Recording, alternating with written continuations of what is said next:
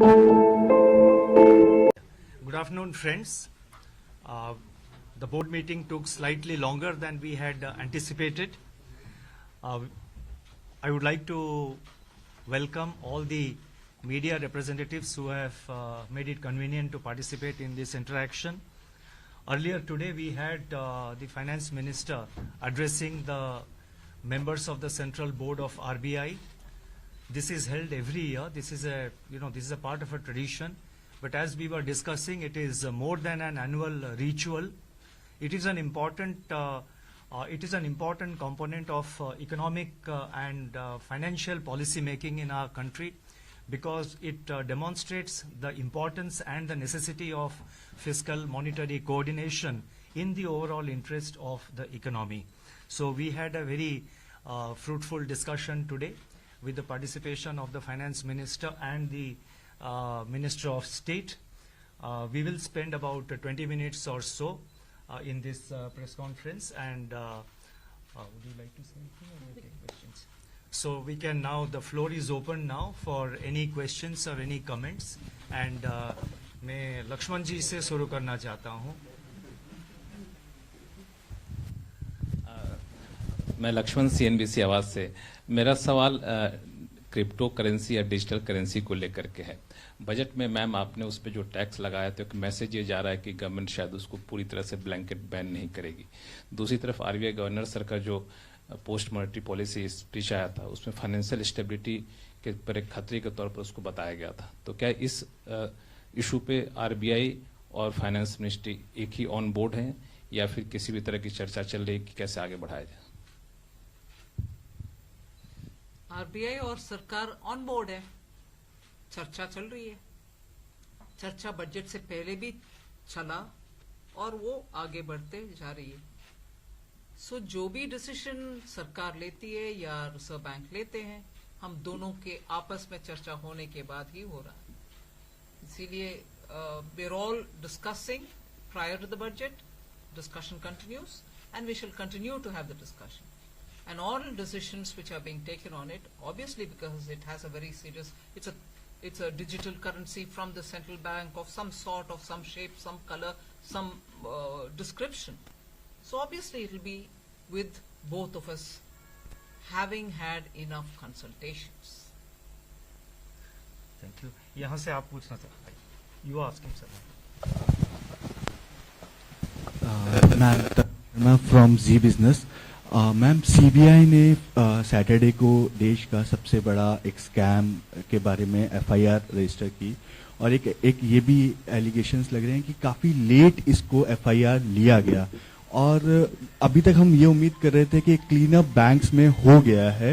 लेकिन अब आपसे ये जानना चाहेंगे, क्योंकि गवर्नर साहब भी यहाँ हैं, कि कितना अभी पेन इस तरीके का अभी बैंक्स में बाकी है, क्योंकि लिवरेज के पॉइंट ऑफ व्यू से देख रहे हैं कि कंपनीज काफ़ी सस्टेनेबल स्टेज पे है. तो इस पे मैम आपसे. First of all,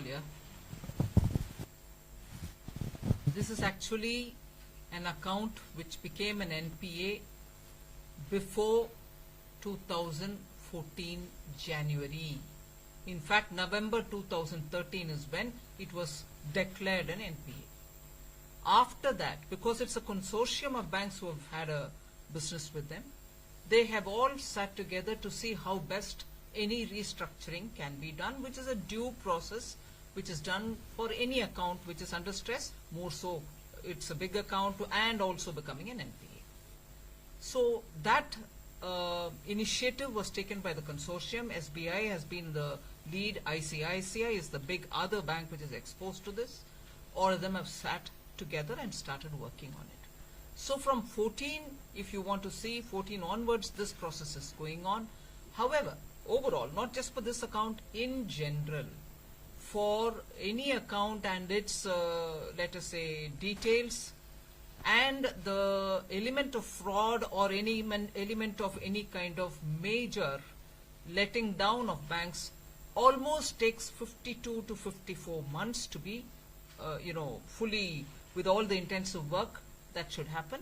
And therefore, when you're coming in this particular case with that kind of a measurement, Actually, I should say, to the credit of the banks, they've taken lesser than what is normally an average time to detect these kind of frauds. Now, then a forensic audit was done, and some Ernst & Young or some group had gone into the details. Everything else was, collected and handed over to the CBI. And in 2020 and in 2022, CBI had filed 2 cases. In the meanwhile, the whole thing has also gone to NCLT for resolution. Now, normally, it takes, I said, 56 months, and in this case, it has taken, and of late, it is taking far lesser time to detect such things. Now, the long and short of all those noise which is coming out from outside is, if it is pre-2013, and I'm sitting in RBI premises, so I don't want to talk too much of politics, but I'm sorry, the kind of noise which is coming up is saying, oh, biggest Ghotala in Prime Minister Modi's time. Not at all. This was a loan given prior to 2013, well prior to 2013, that it had become even an NPA by 2013.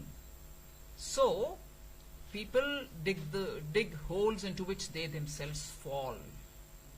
Okay? Now, Hindi mein apne pair par kuladi.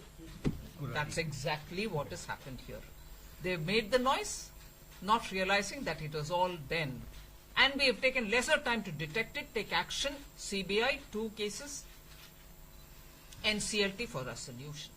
So action is happening here like the way it happened for every other major, bank defaults. Overall, of course, Governor can speak about it. Overall, banks' healths have all improved. They've done the turning around. The 5 Rs have worked. And as a result, I can say the banks are such confident level today, they're able to raise even resources from the market.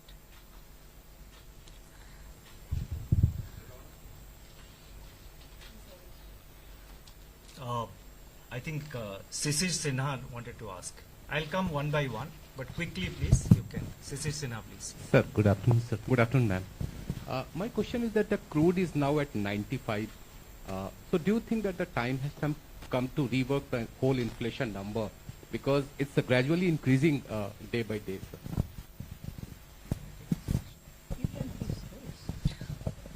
You see, when you do a inflation projection, you assume a certain crude price for the whole year, a particular price, and of course a range of prices. Today morning crude has touched 95. If you start calculating $95 to a barrel and based on that make a projection for 365 days, I think you will definitely go wrong, because it may go up even further or it may come down even steeply. So therefore, based on several factors, I am not going into the details, we take into account a particular range within which the crude prices are expected to fluctuate, considering all the factors that can be anticipated and that can be sort of foreseen as of today. So you have to take a range of prices and do your modeling within that to calculate what is likely to be the inflation during the year. So if you assume you have to always remember that you are doing a calculation for 365 days. The price was, it was around $70 something a few months ago. Now, then it went to 80. It remained there 80, 85 for quite some time.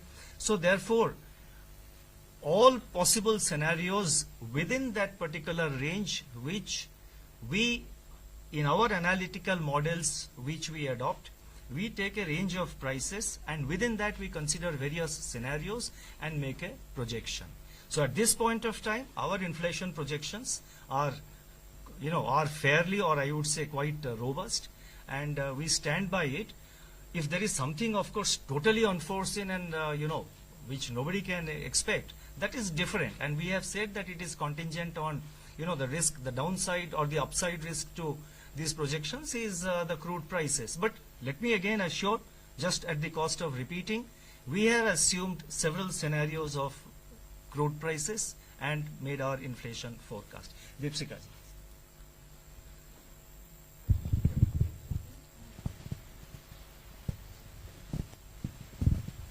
I have 2 questions, one to the finance minister and one to the governor. RBI governor, after the policy press conference said that crypto assets they undermine RBI's ability to maintain financial stability. Does bringing a tax and not just income tax, government is now proposing to looking at different applications, GST or such transactions, does it not force RBI's hand to the governor? Is the central bank comfortable with government's move to tax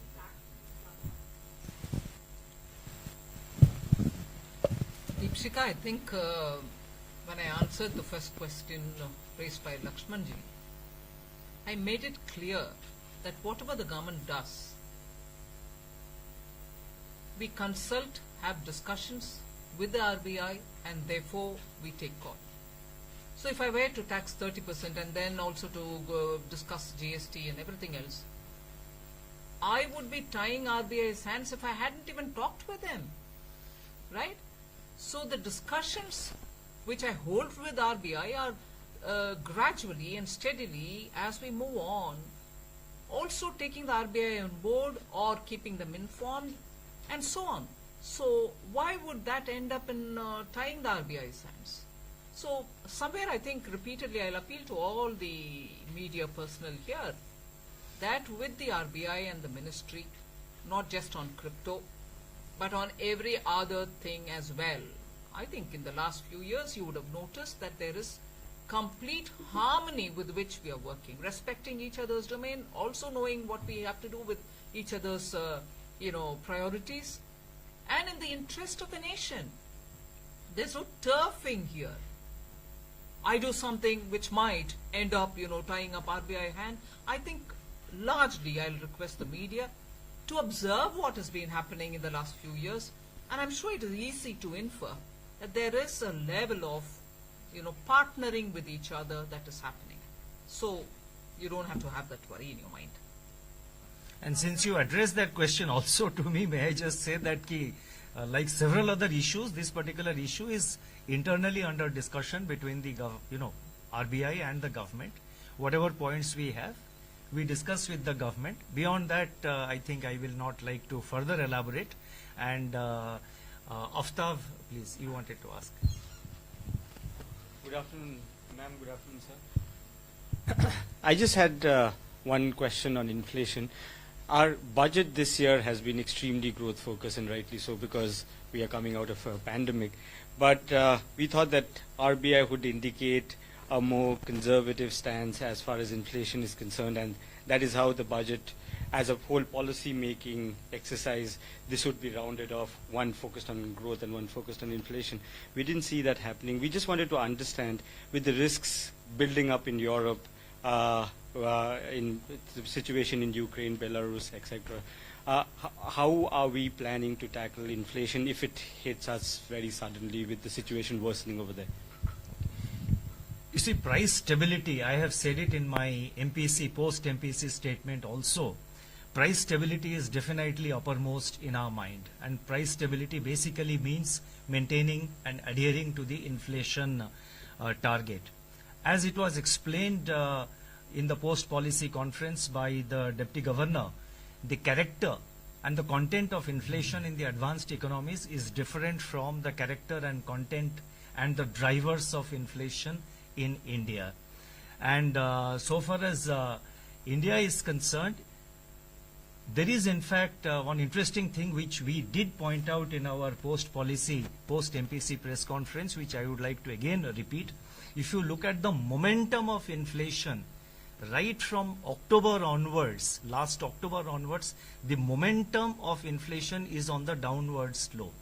It's primarily the statistical reasons, the base effect, which has resulted in higher inflation, especially in quarter 3, and the same base effect will play in different ways in the coming months. Today's inflation print, which will be announced at 5:30 by the CSO, and I said it specifically in my monetary policy statement, that today's inflation print is expected to be close to 6%, around 6%. So that should not surprise or create any alarm, because we have taken that into consideration. So therefore, as the growth picks up, as the inflation dynamics, we watch it, there's a delicate balancing between inflation and growth. And the Reserve Bank is fully aware of its commitment to inflation, keeping in mind the objective of growth. This is precisely what the provision in the law requires or expects RBI to do. Siddharth, please. और 2 या 3 question ले पाएंगे because I think. Sir, how does government and RBI plan to manage borrowing costs, especially when the government's this year plan is a huge borrowing plan of 15 trillion rupees, and especially when there is pressure to raise rates? You see, in the post-policy conference, we have said that, the cash and debt management group, which basically consists, which is a joint group between the Department of Economic Affairs and the Reserve Bank, they will be meeting during the month of March, and they will come out with a calendar of borrowing for the next year. In the Reserve Bank internally, I said this in our MPC, post-MPC press conference also, that we are working on, this borrowing target, and it's too early for me to comment the way, the modalities of how we are going to deal with it, but we will deal with it. Dipankar, please. Good afternoon, sir. Sir, good afternoon, ma'am. Sir, last year budget had announced inclusion of G6 in global indices. This year, government has announced launch of green bond. The inclusion is yet to take place, rightly because of concerns which are there in the minds of RBI. On the green bond, I just wanted to understand when can we see, will it happen in the next financial year, or when can we see broad contours regarding green bonds coming, and what would be the quantum? You see, I'll take this. Yes. You see, the inclusion in the index, in the global index, I think both the questions we have answered in the MPC press conference. Inclusion in the global index, it's a process.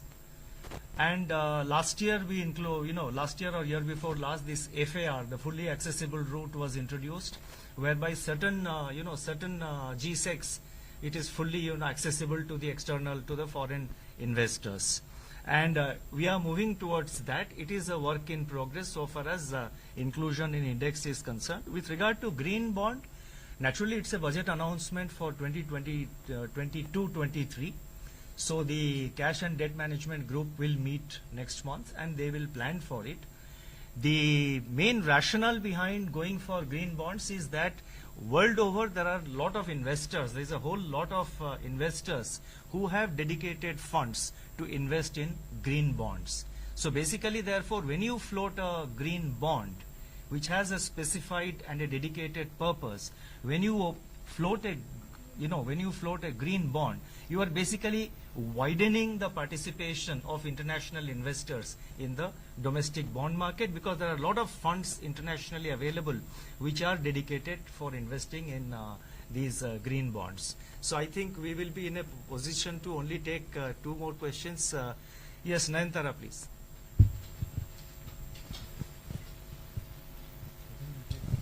Thank you, sir. So just wanted to take off a little bit from what Aftab and Shishir had also asked. Sorry, yeah. Yes, I wanted to just take off a little bit from what Shishir sir and Aftab had talked about. So with inflation now being at a 40-year high, which you have explained also very nicely, but the commentary coming in from the US, do whatever it takes, emergency rate hikes, things like that, then will we have to respond like that in India as well, because the market's agitatory? Sir, that's the question for you. And Nirmala ma'am, because you're here, if we can, please, the mega LIC IPO, the DRHP that has been filed, I understand the markets, of course, are nervous, but everything on track. The government is not concerned about external conditions at all.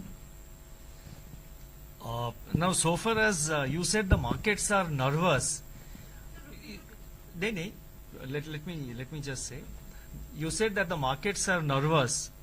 Now, you will see, and I think already signs are visible. We have tried to be as explicit as possible, and to spell out all details in the way we are looking at monetary policy, the way we are looking at the emerging inflation scenario. the narrative is now slowly changing. People are, the analysis outside is getting more nuanced. There is greater quantum of analysis of each and every statement which we made as a part of our MPC. So we do expect the narrative outside to slightly change. And the content of US inflation, as I said, is completely due to different factors. For example, you have issues of, for example, labor shortage in the United States. You have wage increase in United States, which are primary drivers of inflation. We don't see such things in India. So, and with regard to global spillovers, it is again a very important aspect, and continuously we monitor the global developments, and we are prepared to deal with the global spillovers. The strong forex reserves, which we have about 632 billion of US dollars of reserves, and also I'm not letting out a state secret, the quantum of forex which we hold in the forward market. If you add that, I think India is well placed to deal with global spillovers. Nayantara, you asked me about LIC. And rightly you're cautioning me about what's happening in the global situation with Ukraine, with the crude prices, Fed decision, and so on. Have I understood you right? No, ma'am, I just wanted to get a comment from you on the LIC IPO. No, but in the context of these things developing, right? Am I right? Yes. Only 2 days ago, after I finished the budget, each day after I finished the budget, until 2 days ago, the question that I was asked from the media is, hey, but when is LIC? It's not happening, ma'am. Are you, going to do it? No. And then at that time, world was not very different from what it is today, 2 days ago. Ukraine didn't worry you, crude prices going up didn't worry you, and you just said, where is LIC? I went by Nayantara's questioning me, and I said, get going with it. No, jokes apart. The big decision like that is never taken as a knee-jerk reaction. It requires so many preparations, so many board meetings, so many, talking and complying with SEBI's requirements and so on. So it's done with consciousness. And I can see from after the announcement made, although it's a Sunday, made yesterday, and when SEBI had put it up in their website, this morning's reception, not just through the media, which is what you all know about, there is a positive buzz in the air that the government has committed itself and it's showing it. And because the way in which, in a way, it has been tailored, policy holders are going to get a share, retail investors are going to get a share, and there's this biggest IPO coming out. So there is just an air of positivity which is so required when you're doing some things with the stock market. So I think, lots of things can be creating tensions outside, but this development has kept itself very clearly and objectively looking at a very positive development in the LIC's history. And that's what I'd like to play upon. Sapna Das there, please.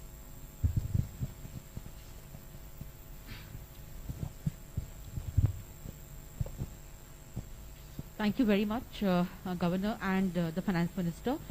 Quick follow-up, sir and ma'am, on what has been said till now. So, Governor, you indicated that India is more or less, well prepared to handle the taper tantrum, quote-unquote, in case that unfolds in the way it unfolded earlier. Ma'am, you have also indicated something on those lines. So, that's one broader question. And second, ma'am, would you be able to enlighten us in terms of how much the government would be able to garner from the coming IPO, though it may be a bit early to ask that, right, That's right, it's a bit too early to ask. And on the taper tantrum? No, this time I don't think there will be a tantrum, because the United States, the US Fed is, I think, fully conscious of what happened in 2013, and they have been giving sufficient advance guidance. Now, whether there will be, 3 rate hikes or 4 rate hikes or 5 rate hikes, it's anybody's guess. I think we'll have to wait. And as you go forward, it will again depend on, the inflation dynamics, the growth dynamics also within United States. And let us also keep in mind that the growth momentum in many of the advanced countries is slowing down, and that also has to be kept in mind. And the last question we will take, probably Arup there, I can see him.